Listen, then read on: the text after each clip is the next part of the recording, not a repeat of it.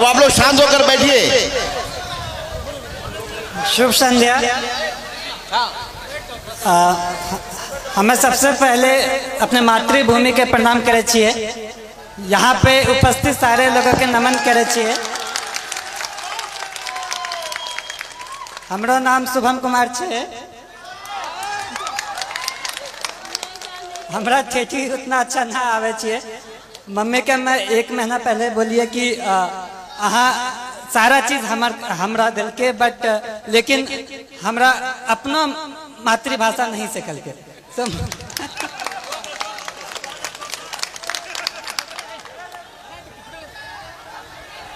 आप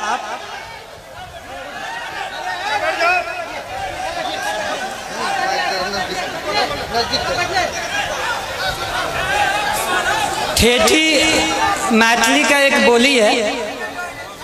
आप अपने बच्चों को सारा लैंग्वेज सिखाइए। आप ठेठी भी सिखाइए, हिंदी भी सिखाइए और इंग्लिश भी सिखाइए। आप लोगों को लगता होगा कि मैं ऐसे ही बोल रहा हूँ,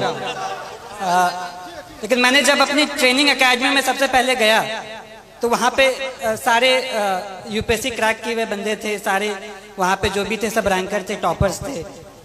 तो सारे लोगों ने पूछा कि शुभम तुम हिंदी क्यों बोलते हो, तुम्हारा मातृभाषा क्या है? तो हम बोले कि मातृभाषा ठेठी है, वो कभी सीखे ही नहीं। सो वहाँ पे सारे लोग बोले कि उनकी तो हिंदी तो दूसरी भाषा है। सारे लोगों का कुछ ना कुछ उनका खुद का भाषा होता है और वो उस पर गर्व करते हैं। तो मेरा ये कहना है कि आप अपने कल्चर को, अपने संस्कृति पे गर्व होना चाहिए। जहां भी मैं गया वहां पे शुरुआत में लोग बोलेंगे कि एक बिहारी है, लेकिन धीरे धीरे उनको यकीन हो गया कि बिहारी क्या कर सकता है।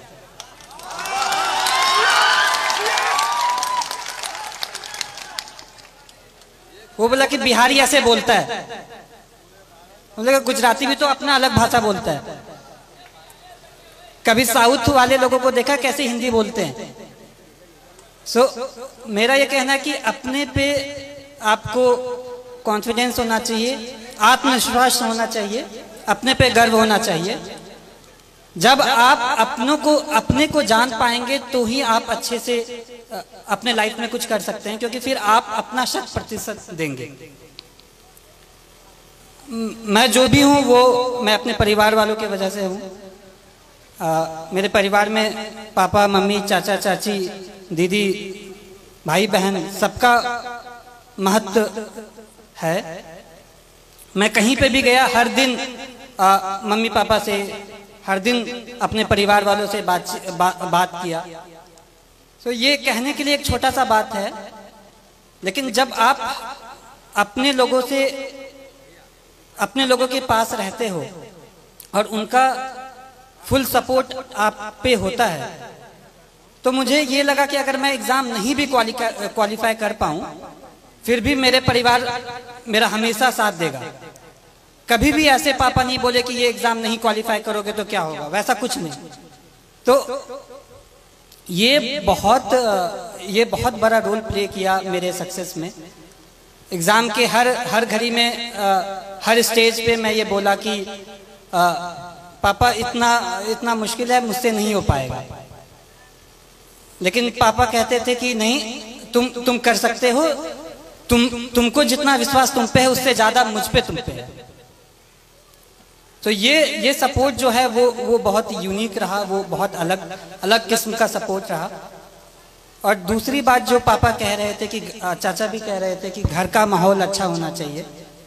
तो अभी तक मैं एक इंसिडेंस मैंने नहीं बताया है कि मुझे असल में मोटिवेशन कहाँ से मिला। एक बार ऐसा हुआ कि पापा को याद भी नहीं होगा, बालदेव दादा मेरे घर पे आते हैं। वो अपनी बेटी की शादी के लिए कुछ 3000 रुपये पापा से उधार पे लिए होंगे, और उनकी बेटी की शादी पापा यहाँ मंदिर में कराए थे। तो पापा ने ये नहीं कहा कि 3000 रुपये मैं दे रहा हूँ, वो कहा कि नहीं, आपको वापस करना है। फिर वो मेहनत किए और फिर वो 3000 वापस जब दे रहे थे तो मैं भी देख रहा था। पापा ने सारा नोट काउंट किया 500 के नोट से। फिर एंड में 3000 रुपये दादा को दे दिया कि ये आपकी मेहनत की कमाई है, ये अपने साथ रखे। तो ये मैं कहना चाहता हूं कि इससे ये क्या हुआ कि वो सामने वाला मेहनत किया, वो कमाई, वो फ्री का पैसा नहीं समझा। इसी तरह मैं भी चाहता हूं, मेरी ये कामना है कि मैं भी लोगों के लिए काम करूं। एक बार रिजल्ट आ जाना बड़ी बात होती है, लेकिन उससे बड़ी बात है कि लोगों के आशाओं पे खड़ा होना।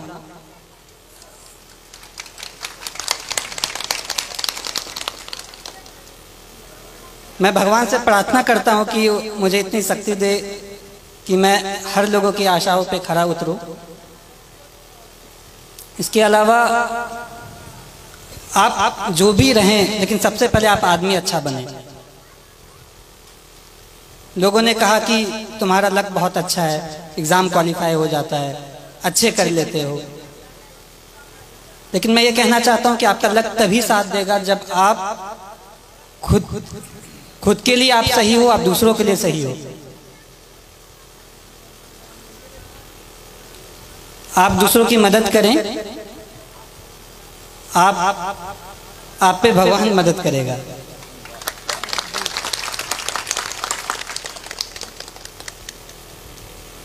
छात्रों के लिए मैं ये कहना चाहता हूं कि जैसे बचपन में मुझे लोग कुछ कहते थे कि बहुत जिद्दी है, मैं अब कहता हूं कि जिद्दी है तो ठीक है, मैं ये करूंगा, मैं करके दिखाऊंगा। ये जिद भी बहुत अच्छी चीज है।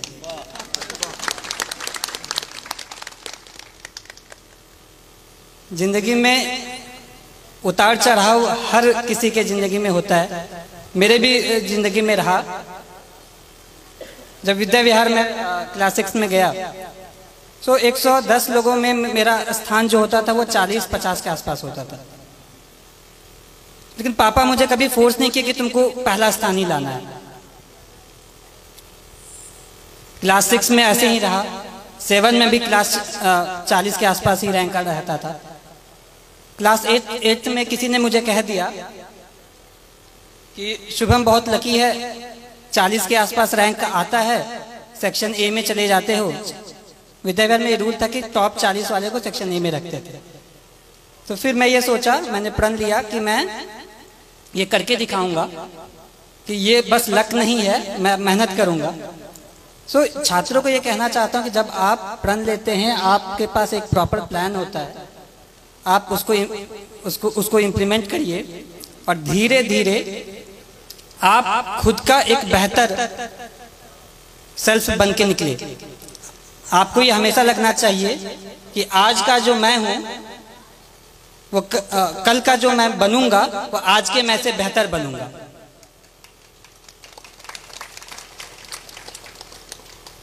जिंदगी बहुत चीज सिखाती है, संघर्ष बहुत चीज सिखाता है, और लाइफ के हर फेज में हमारी कोशिश ये रहती है कि मैं अपना एक बेटर सेल्फ बनूं, मैं इससे भी और अच्छा बनूं, और मेरा भी यही रहेगा। लास्ट में मैं एक पंक्ति बोलूंगा कि कर्मण्ये वधिकरस्ते माँ फलेषु कदाचन, अर्थात आप कर्म करिए, फल की चिंता ना करें, फल तो कभी ना कभी आ ही जाएगा। धन्यवाद। शुभम कुमार को बहुत बहुत धन्यवाद और को उसके जीवन की शुभकामना के लिए धन्यवाद कहना चाहता हूँ कि आप लोग इतनी की तादाद में यहाँ आए, मुझे बहुत अच्छा लगा। एंड इतने सारे लोग इतनी अच्छी बातें कही। मैं ये विश्वास दिलाना चाहता हूँ कि आप लोगों ने जैसा भी सोचा होगा उस पर मैं खरा उतरने की कोशिश करूँगा। धन्यवाद।